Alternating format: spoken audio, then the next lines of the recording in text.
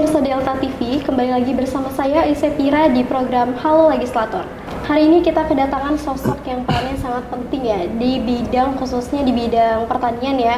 Bapak Wayan Dama, Wakil Ketua 3 DPRD Lampung Tengah sekaligus Koordinator Komisi 4 ya Pak ya. Iya. Beliau ini dikenal aktif turun ke lapangan untuk mendengar langsung suara masyarakat dan punya perhatian banyak terhadap kemajuan pertanian kita. Terima kasih Bapak udah menyempatkan waktunya untuk hadir pada hari ini. Mungkin kita bisa mulai ngobrol ya Pak ya. Boleh, siap.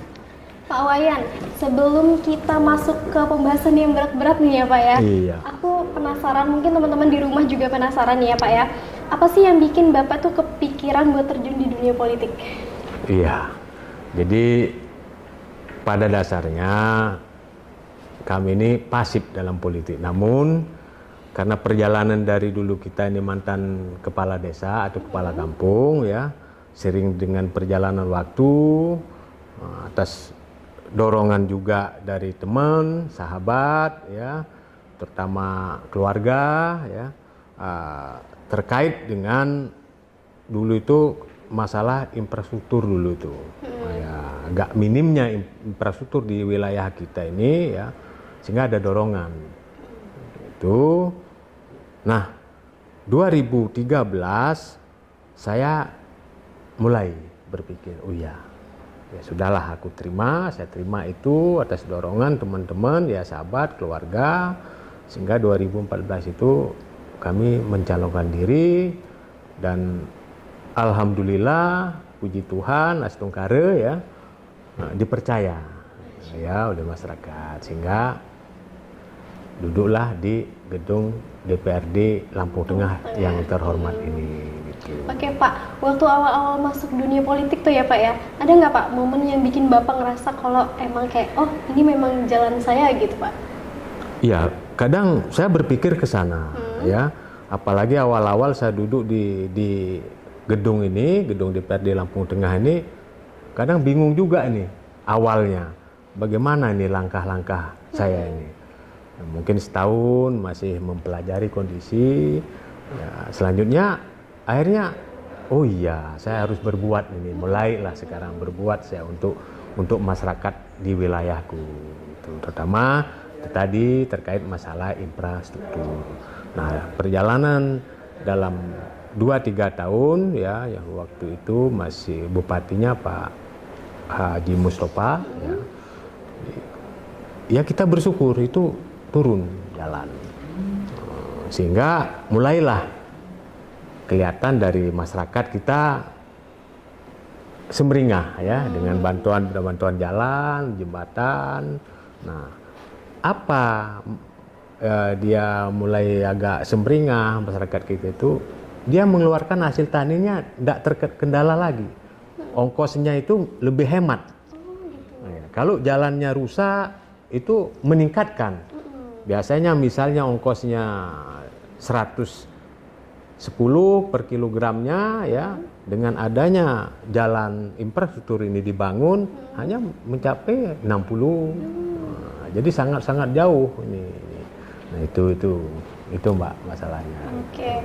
Kalau sekarang nih Bapak kan duduk sebagai Wakil Ketua 3 dan Koordinator Komisi 4 ya Pak ya. Iya. Itu kan tanggung jawabnya besar banget ya Pak ya. Apa yang paling Bapak jaga dalam menjalankan amanah tersebut? Ya, jadi di Komisi 4 itu kan mencakup salah satu ya OPD atau dinas yang membidangi itu kan pendidikan dan kesehatan, Pak. Ya, ini terutama pendidikan, kesehatan. Ini kan memang sangat sangat yang saya bilang di masyarakat, memang itu kebutuhan masyarakat kan gitu kan. Pendidikan ya, terutama bagaimana dengan pihak gurunya ya, sekolahannya, terus kesehatan, bagaimana pelayanannya, puskesnya ya, kita itu tadi sebagai fungsi pengawasan ya, kita hearing dengan dinas bagaimana kendala ini terkait masalah bidang koordinator Komisi 4 gitu. Nah Bapak kan udah cukup sering ya Pak ya turun ke lapangan dan ketemu masyarakat ya Pak ya. Iya. Ada nggak sih Pak cerita unik yang melekat di ingatan Bapak atau yang berkesan gitu Pak? Iya. Boleh dong diceritain. Iya, jadi kalau turun di masyarakat ini itu tadi Mbak, masyarakat ini kan tanggapan dia untuk anggota dewan ini kan manusia setengah dewa. Ngomong sekarang nanti realisasi, bim salah bim ibaratnya. Ini yang ini. Kemarin dia ngusul, Pak kemarin saya ngusul, lah baru seminggunya nanyain, gimana ini Pak jalan ini kok belum ini, bagaimana ini kok belum terrealisasi. Nah ini yang kadang-kadang kita bikin agak ketawa lah ya. Itu tadi dianggapnya itu tadi manusia setengah dewa, kadang dewan ini masyarakat ini. Dia tidak mau tahu melalui proses ya penganggaran. Nah itu aja. Itu aja. Lucunya itu ya Pak ya. Ada lagi nggak Pak selain itu Pak? Kalau selain itu kayaknya biasa-biasa aja sih. Biasa-biasa aja ya Pak ya. Kayaknya nggak begitu. Kalau Bapak sendiri sebagai seorang wakil rakyat ya Pak ya, apa hal yang paling bikin Bapak semangat tiap harinya buat berangkat kerja Pak? Ya, karena kita ini kan menanggung beban sudah. Kalau sudah terjun ke politik, apalagi sudah menjadi anggota DPRD ya, Dewan, ini beban ini semakin berat. Beban, kadang pikiran, moral. Karena usulan masyarakat itu bukan hanya satu dua. Minta ini, minta itu. Nah, inilah yang kita harus secara intens, secara rutin harus berangkat ke kantor. Gitu. Jadi agar paling tidak ya melalui bisikan, melalui penyampaian kita ke eksekutif ya, melalui OPD-nya agar ini program ini tolong dibantu. Paling tidak kan mengurangi beban masyarakat yang dia usulkan. Gitu. Oke Pak, pembahasan kita makin seru nih ya Pak ya kayaknya ya. Iya. Tapi sayangnya kita bakal lanjut setelah jeda pariwara berikut.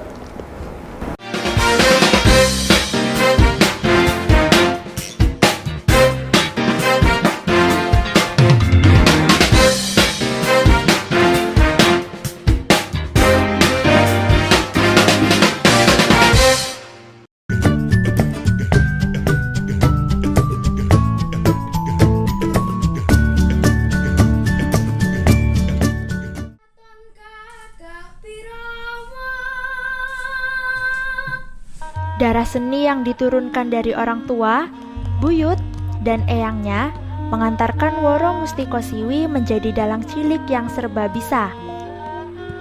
Selain jago mendalang, bocah berparas ayu ini nyatanya juga piawai menari, menyanyi serta nyinden.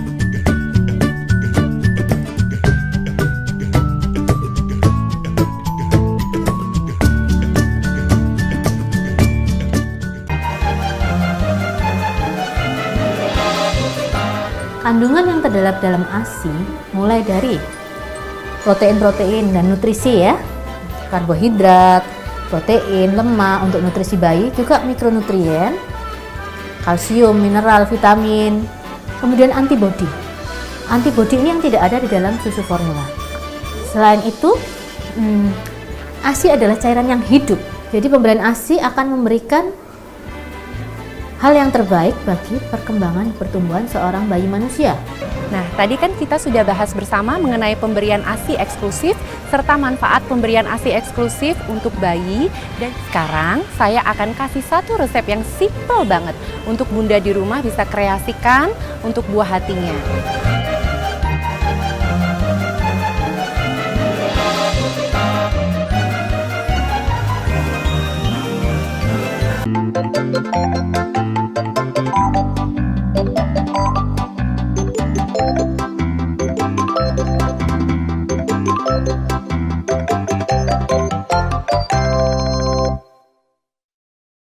Kembali lagi, Kak Nitin akan berbagi keceriaan di Ceria Cerita Anak bersama Kak Nit dan Naomi.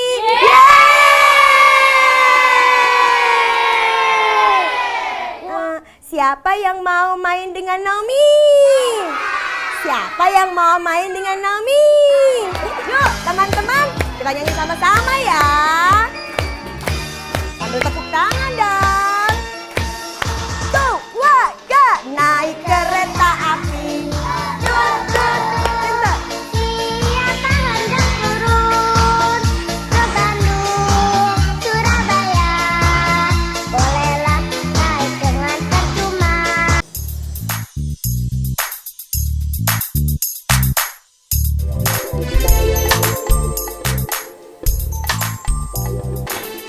Warnanya menjadi coklat muda seperti ini, tetapi dalamnya masih moist dan dalamnya berwarna putih.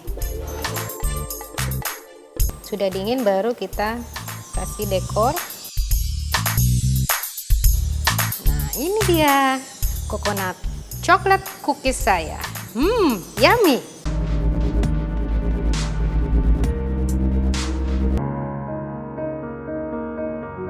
Kondisinya ini menyentuh banyak orang di dunia yang membuatnya disebut sebagai basketball girl. Namun semangatnya selama 13 tahun dengan kondisi yang kekurangan merupakan inspirasi bagi kita. Bagaimana sebuah kekurangan tak perlu membatasi kita dalam meraih mimpi. Di mana ada kemauan, di situ ada jalan.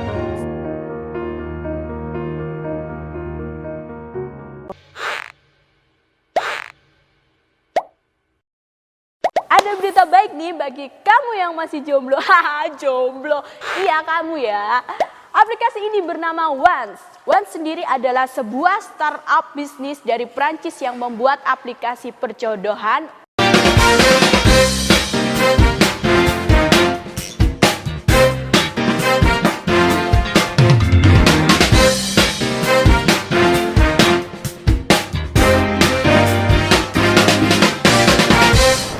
Terima kasih pemirsa, Anda tetap bersama kami di Halo Legislator. Oke Pak, kita lanjut ke segmen 2 ya Pak ya.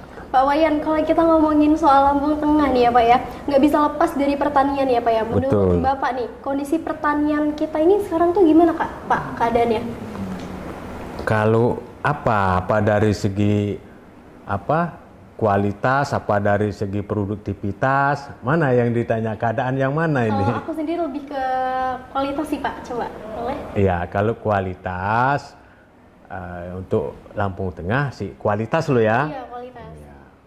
Ya, saya katakan ya standar lah ya, masih bagus lah. Nah, tapi yang menjadi persoalan kita ini kan masalah harga. Harga hasil taninya.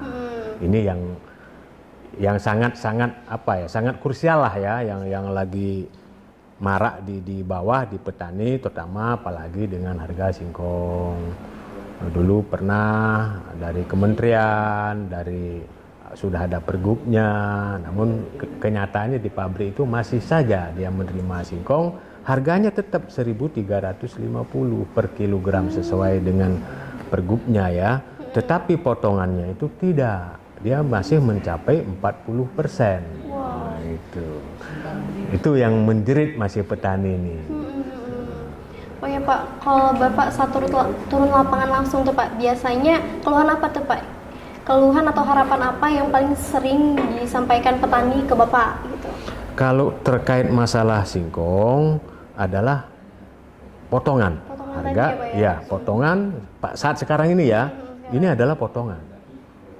Apa yang sudah disampaikan yang melalui pergub kita ini masih tidak berlaku, yaitu terkait masalah potongan. Harusnya potong itu 15% dengan kadar ACI-nya 24%. Nah, ternyata pabrik masih melakukan pemotongan di atas 30%, bahkan sampai 40%. Harga memang betul 1.350 ya. Nah, inilah yang masih menjadi kecemasan petani atau keterpurukan petani singkong, Mbak. Itu. Selain petani singkong ada petani apa aja tuh Pak ya? Kalau di tempat kita sekarang ini mulai dia di jagung ya, sama padi darat. Kan padi itu kan bukan hanya di sawah saja ya. Nah, di darat juga ada.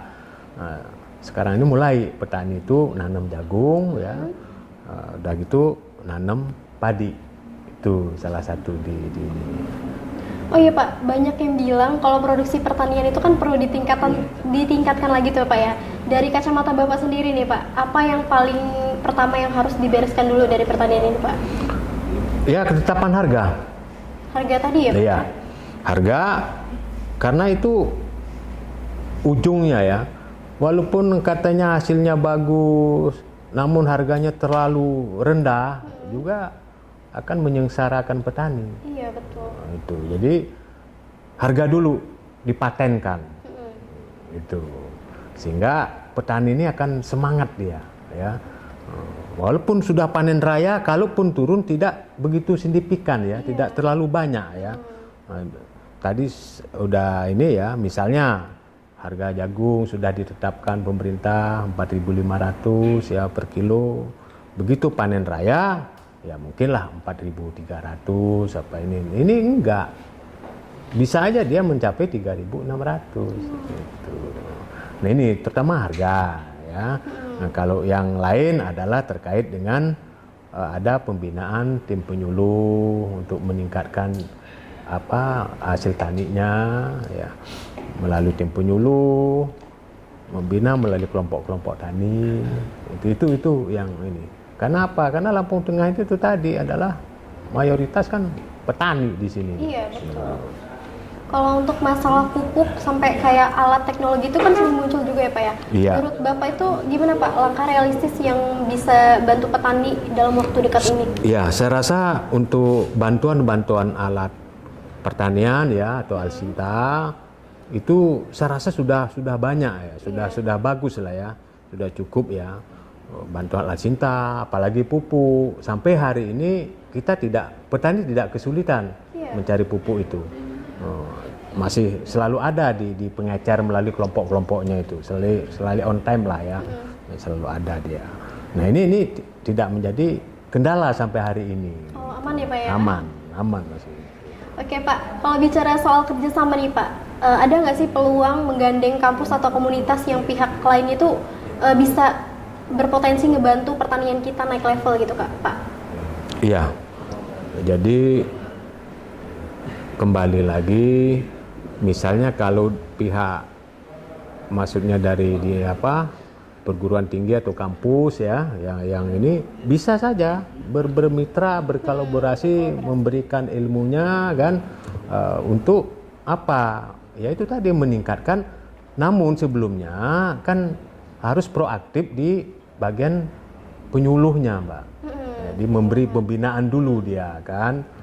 Nanti baru masuk, disuluh dulu, diberi pembinaan dulu, begini-begini, nah barulah pihak kampus misalnya mau turun, dia akan memberikan ilmunya yang dia dapat apa nih. Tapi kalau datang sekonyong-konyong begitu saja turun memberikan, ya saya rasa nggak begitu ini diperhatikan, tapi harus melalui tim penyuluh. Oke, teman-teman, pembahasan akan kita lanjutkan setelah jeda pariwara berikut. Tetaplah bersama kami di Delta TV.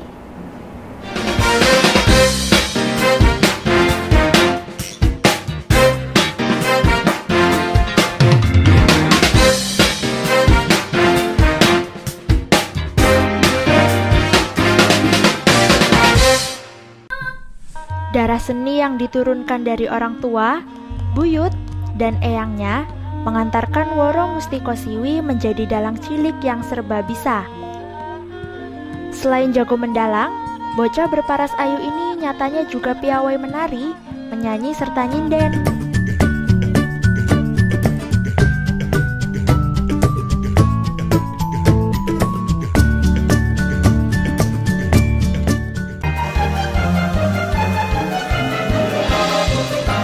Kandungan yang terdapat dalam ASI mulai dari protein-protein dan nutrisi ya, karbohidrat, protein, lemak untuk nutrisi bayi, juga mikronutrien, kalsium, mineral, vitamin, kemudian antibodi. Antibodi ini yang tidak ada di dalam susu formula. Selain itu, ASI adalah cairan yang hidup. Jadi pemberian ASI akan memberikan hal yang terbaik bagi perkembangan pertumbuhan seorang bayi manusia. Nah, tadi kan kita sudah bahas bersama mengenai pemberian ASI eksklusif serta manfaat pemberian ASI eksklusif untuk bayi. Dan sekarang saya akan kasih satu resep yang simple banget untuk Bunda di rumah bisa kreasikan untuk buah hatinya.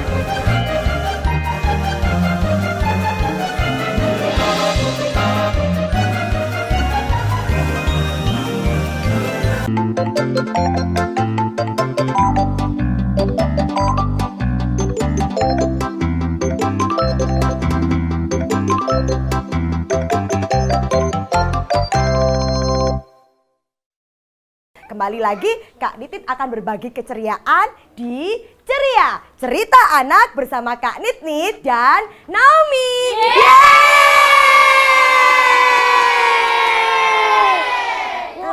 Siapa yang mau main dengan Naomi? Siapa yang mau main dengan Naomi? Yuk teman-teman, kita nyanyi sama-sama ya. Sambil tepuk tangan dong.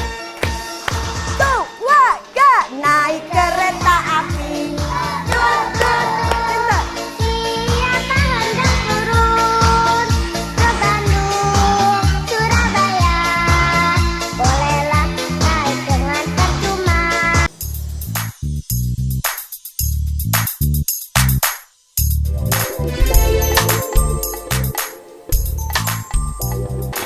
Warnanya menjadi coklat muda seperti ini, tetapi dalamnya masih moist dan dalamnya berwarna putih.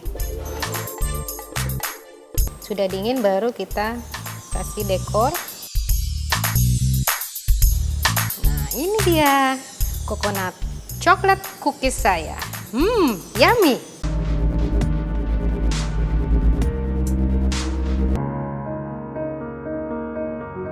Kondisinya ini menyentuh banyak orang di dunia yang membuatnya disebut sebagai basketball girl.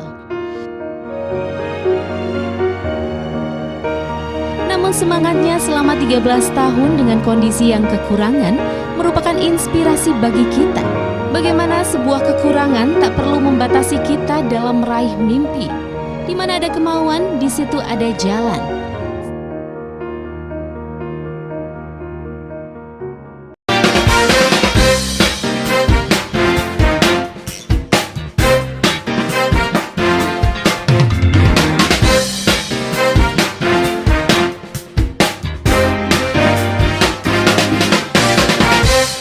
Terima kasih pemirsa, Anda masih bersama kami. Oke Pak, kita lanjut ya Pak ya.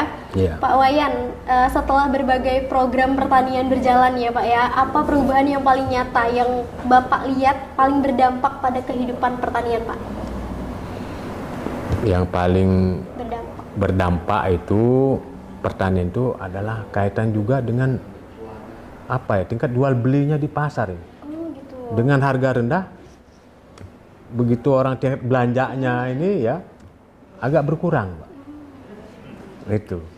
Itu yang sangat di dampaknya yang sangat kelihatan itu di ini ya.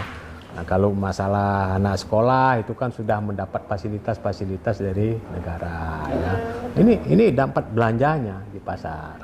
Itu yang ini. Oke Pak, selain soal hasil panen Pak, apakah ada peningkatan dari sisi kesejahteraan petani seperti kayak akses mereka terhadap fasilitas umum atau kayak layanan atau peluang usaha gitu, gimana Pak?